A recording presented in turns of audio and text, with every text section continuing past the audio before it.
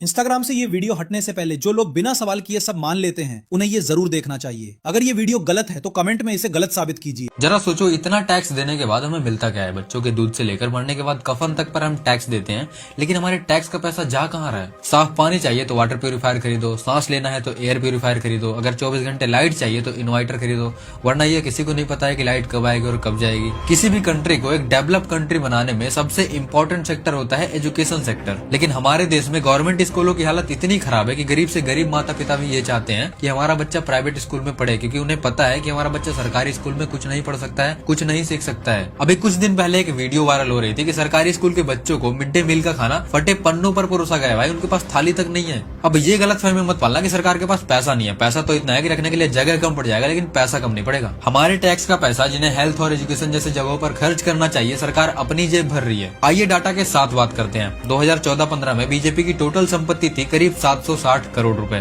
लेकिन अभी वो संपत्ति 2025-26 में मतलब अगले 10-11 सालों में इनका 760 करोड़ 12,000 करोड़ बन चुका है। और ये वो आंकड़ा है जो हमें और आपको दिखाया जा रहा है। ग्राउंड रियलिटी इससे कहीं ज्यादा होगी जो हम और आप सोच भी नहीं सकते हैं। अब ये इनके बाप दादा का पैसा बिल्कुल नहीं है, ये हमारे और आपके जैसे आम नागरिक का पैसा है जो हम इन्हें टैक्स के रूप में देते हैं कि सरकार हमारे लिए कुछ करेगी, लेकिन ये अपनी जेब भरने में लगे हैं। हर साल इंडिया में 16 से 24 लाख लोगों की मौत हो जाती है अच्छी हेल्थ केयर ना मिलने की वजह से, क्योंकि हमारे देश में गवर्नमेंट हॉस्पिटल उस लायक है ही नहीं कि एक व्यक्ति को अच्छी हेल्थ केयर मिल पाए। और अगर व्यक्ति प्राइवेट हॉस्पिटल में जाता है तो इलाज इतनी महंगी है कि घर से लेकर खेत तक सब बेचना पड़ जाएगा। हम 2 रुपए कमा लिए तो टैक्स, कुछ खरीदे तो टैक्स, कुछ बेचे तो टैक्स, और अगर जैसे तैसे करके आपने 2 रुपए बचाकर कहीं इन्वेस्ट भी कर दिया तो उसमें भी टैक्स, और अगर उस इन्वेस्ट किए पैसे से थोड़ी सी प्रॉफिट बना ली तो उसमें फिर से टैक्स। फिर भी हमें दूध नकली, पनीर नकली, दही नकली, वैक्सीन तक नकली दी जा रही है। और पॉल्यूशन तो इतनी ज्यादा हो चुकी है कि दिल्ली और मुंबई जैसी शहर गैस चैम्बर बन चुके हैं। हालत इतनी खराब है कि गंदा पानी पीने की वजह से लोगों की मौत हो रही है और सरकार को कोई फर्क ही नहीं पड़ रहा है। दुर्भाग्यवश जो काम मीडिया को करना चाहिए वो काम हमें करना पड़ रहा है। तो आप फॉलो कर सकते हैं हमारी आवाज को थोड़ी सी बुलंद बनाने के लिए, और अपनी राय कमेंट बॉक्स में देकर जाइएगा। जय हिंद, जय भारत दोस्तों।